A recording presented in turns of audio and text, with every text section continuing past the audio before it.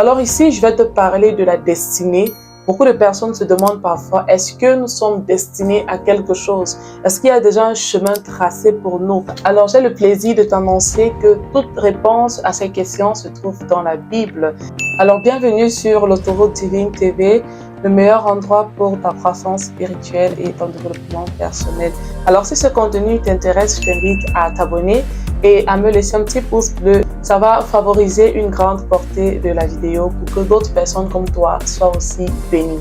Avant de te façonner dans le sein de ta mère, je te connaissais. Avant que tu ne sortes de son ventre, je t'ai consacré. J'ai fait de toi un prophète pour les nations. Ça veut dire qu'avant même que tu n'arrives sur la terre, Dieu te connaissait en tant qu'esprit. Dieu connaissait exactement pourquoi est-ce qu'il t'envoyait sur cette terre. Alors, lorsque tu viens sur la terre et que tu fais don de Dieu ton Père, il devient donc responsable de tout ce qui arrive dans ta vie. Et c'est la meilleure des choses que tu puisses faire. Parce que Dieu lui-même nous dit dans le livre de Jérémie au chapitre 29, verset 1, ça c'est un verset que nous aimons tous dans la Bible. Je vais lire avec vous. Moi, je sais les projets que j'ai formés à votre sujet.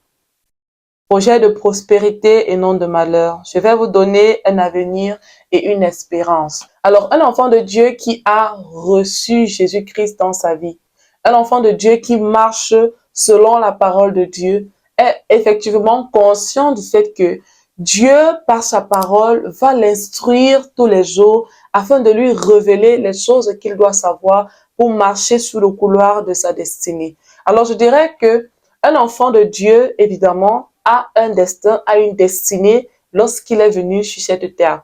Et pour connaître cette destinée, pour connaître ce à quoi tu es appelé, tu dois laisser à Dieu la possibilité d'œuvrer dans ta vie. Tu dois entrer dans le lieu secret, parler à Dieu et lui dire, oui Seigneur, j'accepte Jésus, je veux que tu sois mon Père. Et parce que tu es mon Père, tu vas me conduire par ton esprit et par ta parole afin de m'apprendre à cheminer avec toi pour aller dans les endroits où tu veux que j'aille, pour rencontrer des personnes qui vont m'aider à accomplir ce pourquoi tu m'as appelé. C'est là que tu pourras vraiment entrer dans ta destinée.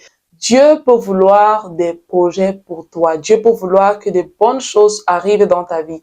Mais si tu ne lui donnes pas la possibilité de pouvoir œuvrer dans ta vie, si tu ne lui disposes pas ton cœur afin qu'il vienne prendre la place et vraiment faire ce pourquoi est-ce qu'il t'a créé, il ne pourra pas le faire.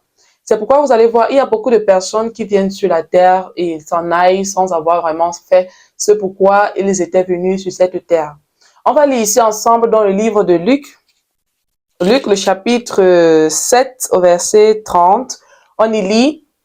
Mais les pharisiens et les légistes ont repoussé le dessein que Dieu avait pour eux en ne se faisant pas baptiser par lui. Et vous voyez ici que Dieu peut bien vouloir des choses dans ta vie. Mais si tu n'as pas la volonté d'inviter Dieu à exercer dans ta vie, peu importe ce que Dieu avait prévu pour toi, ces choses-là, elles n'arriveront pas. Alors, gloire à Dieu pour ce magnifique message que nous avons partagé ensemble. Si cela t'a plu, n'hésite pas à t'abonner, à me laisser un petit pouce bleu et surtout, n'hésite pas à partager avec tes amis, des connaissances qui pourront être bénis par ce message. On se dit à la prochaine pour une nouvelle vidéo et comme toujours, c'était Pradelle. Cherchons la vérité et qu'elle vous affranchisse. Bye bye!